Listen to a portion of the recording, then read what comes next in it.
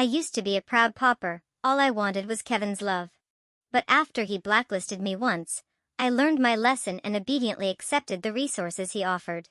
I just didn't love him anymore.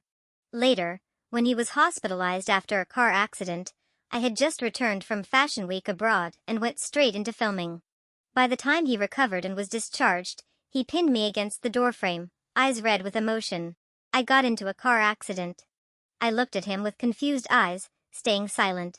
He clenched his teeth, his voice filled with unhidden grievance. Not even once did you come to see me. #Chapter 01. I always knew Kevin and I came from different worlds. I kept telling myself I didn't need the resources he gave me. To me, we were just a normal couple. He was my boyfriend. I was his girlfriend. I liked him. He liked me. But in the end, he was the one who personally tore apart that illusion. On the 10th day after Kevin had me blacklisted, my agent Monica knocked on my door again, furious and fed up with me. When I opened the door, she was about to scold me but froze when she saw how haggard I looked. Then she shut her eyes and walked in with a sigh. "Selena, can't you see it now? You and Kevin don't belong in the same universe. Do you know who he is? He's the CEO of the entire corporation. And you? You're a celebrity with no background." She plopped down heavily on the couch, trying to reason with me. I listened blankly, pouring her a glass of water. "Love? You think what you two had was love? If it were real, would he have blacklisted you with a single order? Look at you. Just look at yourself now." She pulled a mirror from her bag and forced my head down so I could see how pathetic I looked. "No matter how bad it is now, was it ever worse than that day?" My voice was hoarse, every word like it was being forcibly dragged out of my throat. I stared at my reflection in the mirror, expressionless. She knew I was talking about the Best Actress Awards ceremony, about the viral video on the trending list where I smiled brightly while the host read out the results. Back then, I was so confident that I would win. But in the end, it wasn't me. The camera had caught my shocked, ugly expression and blasted it across the giant screen. Even though I quickly recovered and forced a stiff smile while clapping, I was still mercilessly mocked online as someone who couldn't accept losing. Monica sighed again and went on. "I told you long ago, you two were never a match. I said you should use your youth to get whatever you could from him, his resources, his connections. That was the only way to climb higher and go further. You're just a love-obsessed idiot. You never listen. You're driving me mad." Lately, with all the drinking I'd been doing, my brain felt dull. Maybe that's why I couldn't even feel the stabbing pain in my chest anymore. Kevin and I had been together since high school. In that aristocratic school filled with the stench of money, it was nearly impossible to survive without connections, even with good grades. But Kevin had carved out a space for me. Back then, at dusk, he'd sit beside me lazily playing with my hair while I lowered my head to take notes. Then he suddenly leaned closer, his eyes burning, his smile dazzling. "Top student, ever thought about falling in love?" That boy with the clear, bright eyes overlapped with the man who later stared down at me in the garden, cold and distant. "Selena, don't regret it." What he meant by "don't regret it" was what I heard when I accidentally stood behind the door, him saying that there would never be a future between us. I'd cried when I told him we were over. Back then, I foolishly tried to preserve some kind of equal relationship between us with my ridiculous pride. He'd always say with a smile, "If you need resources, just ask me. Why make things so hard on yourself?" I used to hug him tightly, burying my face in his chest and poking him in protest. "No way. I want to earn it on my own. That way, no one will think I'm with you for impure reasons." He would always sigh and pat my head helplessly. Now, I laughed. Tears dropped and splattered on the floor. To hell with love. That night, I returned to what we used to call home. I sat calmly on the bed, dressed in a black lace camisole. The room still looked cute, full of colors. The stuffed animals were right where I left them, quietly lying on the sofa. Every inch of this place still carried traces of our so-called affection. There were surveillance cameras in the living room. My fingerprints hadn't been erased. He knew I'd come back. Just like he once said to me, "Selena, you'll regret it." He was right. I did regret it, regretted being so naive back then, thinking love had to be pure. Before long, I heard the sound of a car pulling up downstairs. By the time I snapped out of it, The bedroom door was already open. Kevin stood at the doorway in a black tailored suit, silently looking at me. My lashes trembled, and Monica's voice echoed in my ears. People in his world only ever marry their social equals. Stop dreaming about that so-called love. What even is love? Can it feed you? Can it spend money for you? He never intended to marry you, you silly girl. Wake up. I bit my lip and walked toward him barefoot. Stopping in front of him, I reached up to unbutton his suit jacket. He didn't say a word. Didn't stop me. Just lowered his gaze and watched. Whenever we used to fight, I'd wait for him to come home and cling to him swaying in his arms. Don't be mad anymore, okay? He was a head taller than me. I stood on my toes, struggling to take off his jacket. Then I started undoing his shirt buttons, one by one. His strong chest and defined abs were soon exposed. I looked up and met his eyes, burning with desire. I gently brushed my lips against his bare chest, then reached for his belt. His breath hitched. My body suddenly lifted. He scooped me up and gently laid me on the bed, pressing over me. He kissed my forehead and whispered in a husky voice, "Know you were wrong?" I lowered my gaze, hiding the emotions in my eyes, and softly replied, Maybe it was that obedient tone of mine that pleased him. He grabbed my hand and placed it on his belt. Feeling the cold metal, he bit my earlobe and whispered, his Adam's apple rolling, "Undo it." Chapter 02.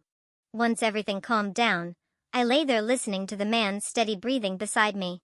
Eyes open, I stared at the dark ceiling, then gently moved his arm off me. Finally, I shut my eyes tight. My first job after returning was an S+ level historical fantasy mega production. I sat in the RV, reading the script. I couldn't help but think, what was I being so proud about before? Back then, I always refused to please Kevin, refused to ask him for resources. Even in my rookie days, with no connections, bouncing between sets just to land tiny roles, I never thought of asking him for help. I fantasized that maybe one day, if I had a breakout drama and rose to stardom, his family would finally see me differently. But I'd forgotten, people from wealthy families will always see me as just an actress. No matter how famous, I'd still just be a performer in their eyes. I was just a broke girl pretending to be noble. The first snow of the year came early in North City. I sat under the set tent, hugging a hand warmer, going over the script. Suddenly, Monica gasped, "Selena, look over there." I looked in the direction she pointed. Kevin, in a black overcoat, was walking toward me through the snow. The moment I saw him, I buried the indifference in my eyes and replaced it with a look of joy. I stood and ran to him. He opened his arms and hugged me tightly, smiling. I looked up, voice soft and sweet. "Didn't you say you wouldn't be back until tomorrow?" He brushed the snow from my hair and kissed the corner of my lips. "Wanted to surprise you." I just smiled and said nothing. "After a while," he told me, "I'm taking you out tonight." I pulled away from his arms and said, "But usually my shoots go until midnight, and with this snowfall lately, every crew is." Before I could finish, he pinched my cheek. I already talked to the director. For a second, my mouth hung open, unable to form words. Then I smiled and nodded. "Okay. Whatever you say." That night, we went to a private room. Everyone there looked familiar. People I'd met in high school, childhood friends who grew up with Kevin. Back then, I had tried everything to earn their approval, desperately hoping they'd accept me. Now, I just sat quietly by Kevin's side. I didn't bother reacting to the subtle looks they exchanged. Soon, the star of the evening arrived. A woman in a long, red custom gown walked into the room. It was Lily. The one they always called Kevin's future wife. She had gone abroad for university. She gave me a brief glance, then sat down right next to Kevin. A guy joked, "Wow, you went overseas and came back even prettier." That broke the ice, and the chatter began. Lily giggled and replied, "Oh, stop it. Don't tease me." Then she turned her head and playfully asked Kevin, "Is that true, Kevin?" I lowered my gaze, took a sip of my drink. I didn't look to see Kevin's reaction. I only heard him quietly say, "Yeah." Once all the dishes were served, I kept eating in silence. They talked about childhood memories, but I hadn't known them back then. I used to feel sad when I couldn't join their conversations or understand their inside jokes. Not anymore. Someone suddenly said, Kevin used to go on and on about how Lily could only marry him. The room fell into an eerie silence. In showbiz, I'd long learned how to dissociate, how to mentally block out words I didn't want to hear. Over time, it became second nature. Feeling the awkwardness in the room, I looked up in confusion and locked eyes with Kevin. After all these years together, I could read his emotions from even the slightest shift in his expression. He was clearly unhappy, but I didn't know why. Then Lily spoke. Oh, come on, don't say that. Can't you see Kevin's girlfriend is right here? I smiled politely, glanced at Lily's face. There wasn't even a trace of apology. I felt nothing. Just indifference. Because I was no longer Kevin's girlfriend. I was his kept woman. A canary in a gilded cage. Love wasn't part of the deal. Back at the villa that night, Kevin had been drinking. A faint scent of alcohol clung to him. That night, he was rough, unusually so. His fox-like eyes were burning with fury. I didn't know what he was angry about. At first, I tried to match his rhythm, raising my body to meet his. But eventually, I broke down, crying and begging him to stop. Fantasized that maybe one day, if I had a breakout drama and rose to stardom, his family would finally see me differently. But I'd forgotten. People from wealthy families will always see me as just an actress. No matter how famous, I'd still just be a performer in their eyes. I was just a broke girl pretending to be noble. The first snow of the year came early in North City. I sat under the set tent, hugging a hand warmer, going over the script. Suddenly, Monica gasped, Selena, look over there. I looked in the direction she pointed. Kevin, in a black overcoat, was walking toward me through the snow. The moment I saw him, I buried the indifference in my eyes and replaced it with a look of joy. I stood and ran to him. He opened his arms and hugged me tightly, smiling. I looked up, voice soft and sweet. Didn't you say you wouldn't be back until tomorrow? He brushed the snow from my hair and kissed the corner of my lips. Wanted to surprise you. I just smiled and said nothing. After a while, he told me, I'm taking you out tonight. I pulled away from his arms and said, but usually my shoots go until midnight, and with this snowfall lately, every crew is. Before I could finish, he pinched my cheek. I already talked to the director. For a second, my mouth hung open, unable to form words. Then I smiled and nodded. Okay. Whatever you say. That night, we went to a private room. Everyone there looked familiar. People I'd met in high school, childhood friends who grew up with Kevin. Back then, I had tried everything to earn their approval, desperately hoping they'd accept me. Now, I just sat quietly by Kevin's side. I didn't bother reacting to the subtle looks they exchanged. Soon, the star of the evening arrived. A woman in a long, red custom gown walked into the room. It was Lily. The one they always called Kevin's future wife. She had gone abroad for university. She gave me a brief glance, then sat down right next to Kevin. A guy joked, Wow, you went overseas and came back even prettier. That broke the ice, and the chatter began. Lily giggled and replied, Oh, stop it. Don't tease me. Then she turned her head and playfully asked Kevin, Is that true, Kevin? I lowered my gaze, took a sip of my drink. I didn't look to see Kevin's reaction. I only heard him quietly say, Yeah. Once all the dishes were served, I kept eating in silence. They talked about childhood memories, but I hadn't known them back then. I used to feel sad when I couldn't join their conversations or understand their inside jokes. Not anymore. Someone suddenly said, Kevin used to go on and on about how Lily could only marry him. The room fell into an eerie silence. In showbiz, I'd long learned how to dissociate, how to mentally block out words I didn't want to hear. Over time, it became second nature. Feeling the awkwardness in the room, I looked up in confusion and locked eyes with Kevin. After all these years together, I could read his emotions from even the slightest shift in his expression. He was clearly unhappy, but I didn't know why. Then Lily spoke. Oh, come on, don't say that. Can't you see Kevin's girlfriend is right here? I smiled politely, glanced at Lily's face. There wasn't even a trace of apology. I felt nothing. Just indifference. Because I was no longer Kevin's girlfriend. I was his kept woman. A canary in a gilded cage. Love wasn't part of the deal. Back at the villa that night, Kevin had been drinking. A faint scent of alcohol clung to him. That night, he was rough, unusually so. His fox-like eyes were burning with fury. I didn't know what he was angry about. At first, I tried to match his rhythm, raising my body to meet his. But eventually, I broke down, crying and begging him to stop. She picked up her handbag with elegance. I'll wait for good news. The Fashion Week flight the day after tomorrow won't wait. I curved my lips. Safe travels, madam. Compared to a woman who only wants love, a woman who wants power and benefits is much more reassuring to someone like her. Chapter 05. Maybe even fate was on my side, because today, Kevin's long-lost brother-like friend returned from overseas. Sam, the one who had chased a girl all the way abroad then stayed to finish his master's and PhD, was finally back. By the time I arrived, most of the guests had already left. Kevin was lying on the sofa, eyes half shut, cheeks slightly flushed from drinking. Sam stood by the floor-to-ceiling window, speaking on the phone. Yeah, it's almost done. I'll be home soon. From the sound of it, things had gone well for him.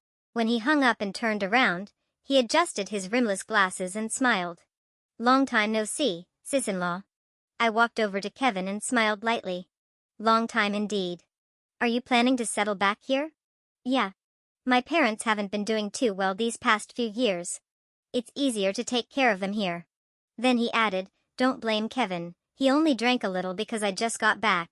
Back then, I used to hate it when Kevin drank. Every time he did, I got mad. Eventually, he just stopped drinking altogether. Judging by Sam's tone, he had no idea what had happened between us. But after tonight, he would. He helped me carry Kevin out. I smiled. It's normal for old friends to drink after such a long time. Oh right, doesn't he have a private suite here? Better move him there. I'm afraid he might get sick and throw up in the car. This 5-star hotel belonged to Kevin's company. He had his own reserved suite here. All right. We finally got Kevin into bed. I smiled and thanked Sam. After he left, I came back and sat on the edge of the bed, silently looking at Kevin as he lay there. Outside the huge glass window, the city lights flickered in the darkness. The room was quiet. All I could hear was Kevin's steady breathing. His eyes were tightly shut, hair tousled against his forehead. He looked unusually gentle in sleep. I lowered my eyes and smiled faintly. I wonder, what would the 17-year-old Selena and Kevin think if they saw us now? Silence answered me. Still, I kept talking to myself. They'd probably be devastated. After all. I slowly panned the camera to his sleeping face. It really did seem like we loved each other once. But Kevin, remember, you're the one who gave up on us first. Everything I'm doing now is just to make sure those 9 years of my youth don't look like a joke. I stood up to leave. But just as I turned, Kevin stirred and murmured my name, uneasy in his sleep. Selena. I looked at him coldly, then reached for the matching couple ring we'd bought in college, slipped it off and tossed it into the trash can. I walked toward the door. My hand paused briefly on the handle, then I flung it open. Outside stood Lily, wearing the smile of someone who thinks they've won. Her makeup was flawless and her lips curled smugly. Selena, didn't I tell you? You two were never going to make it. Back in high school, when she found out I was dating Kevin, she hadn't gotten angry. Instead, she just looked down at me with utter disdain and certainty. Selena, you guys will never last. Teenage love burns bright and recklessly. I never took her words to heart back then. But now, I had to admit, Lily was right. In our youth, the gap between social classes hadn't felt so visible. But once you enter society, once you see those towering skyscrapers rising before you, the dizziness fades into one thing: desire. Desire for money, power. Desire to climb to the top of the pyramid to look down on the world. Congrats in advance. Wishing you a long and happy marriage, I said lightly, stepping aside. She walked past me into the room, smiling sweetly as she passed. Thanks. And don't worry, you're not invited to the wedding. I left. The business car was already waiting outside. That night, at dawn, I boarded a flight abroad. Chapter 06. The next day, the hashtag Elite Marriage Alliance shot up the trending list. Clicking into it, the top posts were either Kevin's company's official congratulations or statements from Lily's family conglomerate. Immediately after came another trending tag, #CEO in car crash. But that one was quickly taken down. By the fourth day, Kevin was recovering well. Dozens of people had already visited the hospital room. Gifts and flower arrangements came in batches and were cleared out in waves. Lying silently in bed with a pale face, he occasionally glanced at his phone, notification after notification flashing with the latest entertainment news about Selena. Sometimes, he'd look toward the door. But the person he was waiting for never came. Sam sat quietly in the chair nearby, sighing subtly. After texting his wife that he'd be home late, he slipped his phone into his pocket. He still clearly remembered that night, how stunned he was when Kevin called him to rush to the hotel, how both families were there busy discussing engagement plans. How it was Lily, not Selena, lying in Kevin's suite with tear-filled eyes. He froze for a moment, but quickly understood. Selena had personally arranged for Lily to end up in Kevin's bed. Even Sam could guess that much, let alone Kevin. What he couldn't figure out was why. From what he remembered, Kevin and Selena had truly loved each other. The way they looked at one another was full of genuine feeling. How had it all collapsed like this? He remembered how Kevin, eyes red, had made a call, then gone utterly silent, picked up his keys and stormed off. By the time Sam followed, all he could see was Kevin speeding down the road toward the airport. Kevin had called Selena's phone countless times. And the last time, she finally picked up. But she said nothing. Kevin, eyes bloodshot, shouted into the phone, "Selena, you set me up. How could you do this to me? You put another woman in my bed." His hands trembled on the steering wheel. When that call came through, I was already wearing the custom couture gown from the brand and sitting in the luxury car they'd arranged. This was a level of treatment I had never received before. My manager frowned and shook her head, gesturing for me not to provoke Kevin. She feared he'd blacklist me again. But I knew he wouldn't. I'd never be blacklisted again.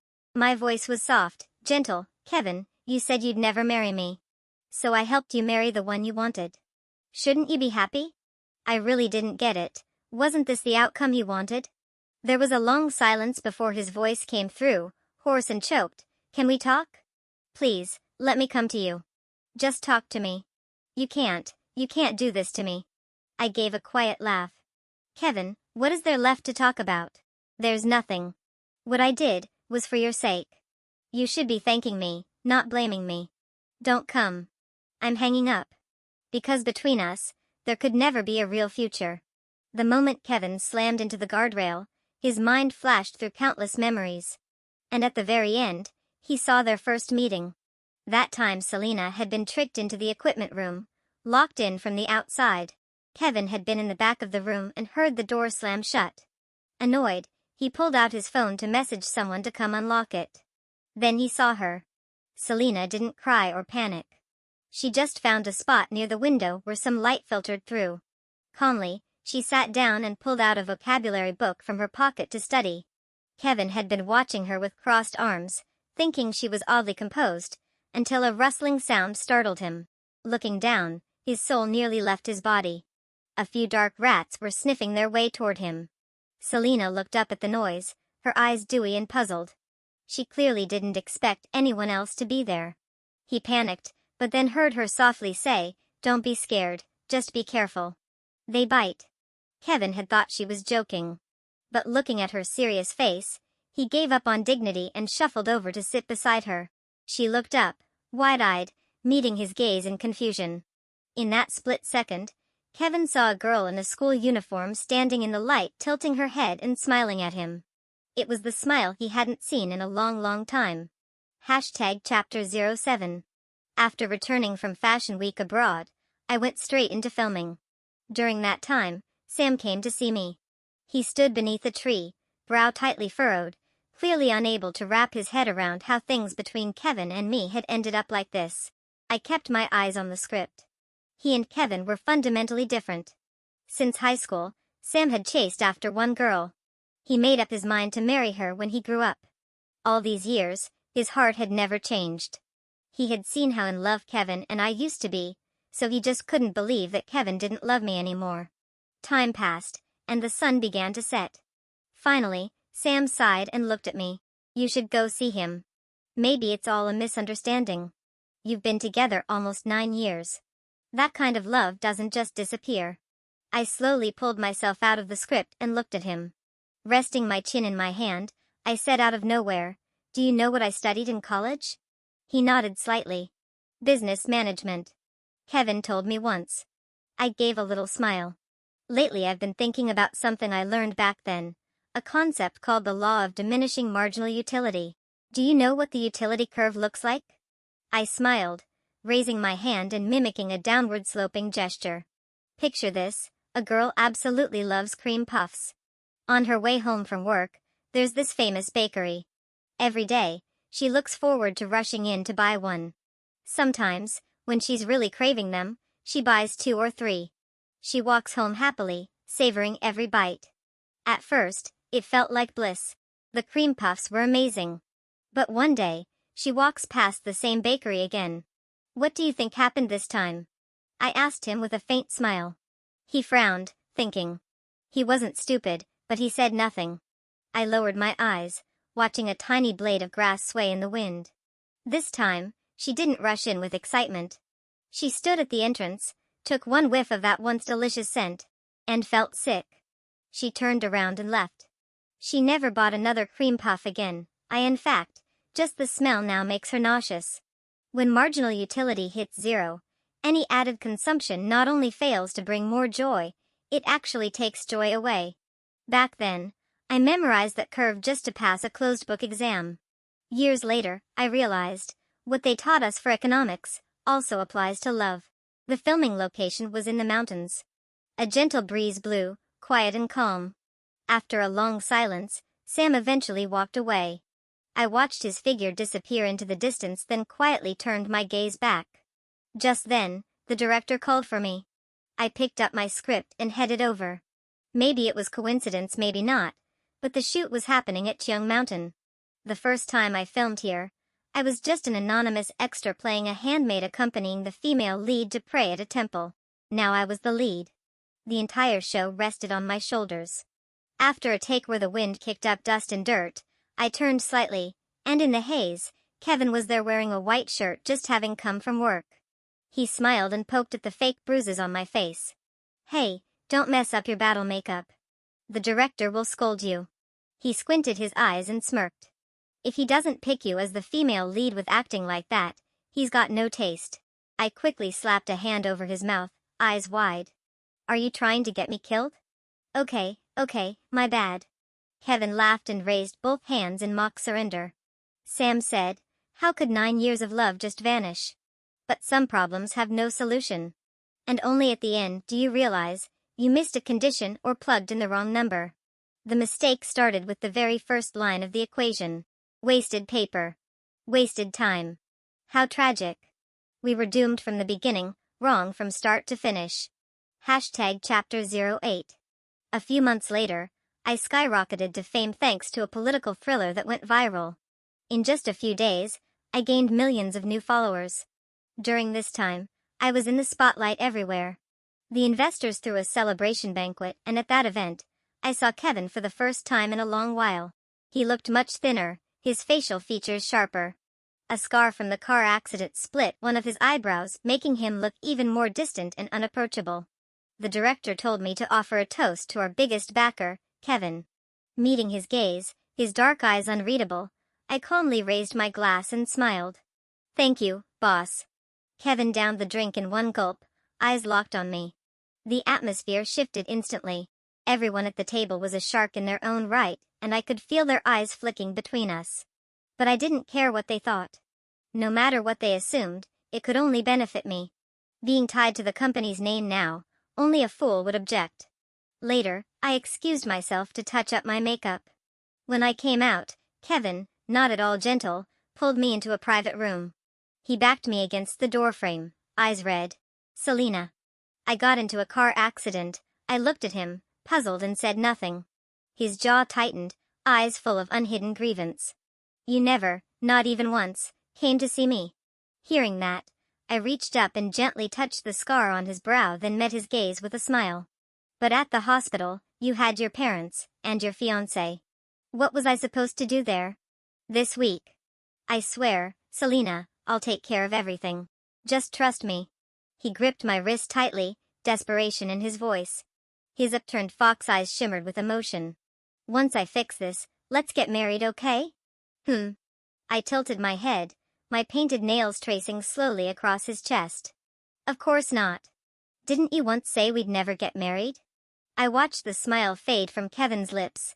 Then his face turned pale, realizing I'd quoted his own words back at him. Selena, that's enough. I should go. Any more of this, and it would be impolite. Later, while I was overseas, news came from home. Kevin and Lily had broken off their engagement. Lily called me in a frenzy. This time, she dropped all her usual elegance and composure, screaming like a madwoman. Selena, you bitch, what the hell did you do? Everything was going exactly the way I planned. Why did you ruin it? Why? I held the phone away from my ear, answering in an innocent tone, Miss Lily, why are you yelling at me? It's not like I was the one engaged to you. I'm abroad. What could I possibly have done? You're losing your mind and blaming the wrong person. It was you. It could only have been you. Our alliance had nothing but benefits. He never would have broken it off if it weren't for you. Her voice turned venomous. You're not playing fair, Selena.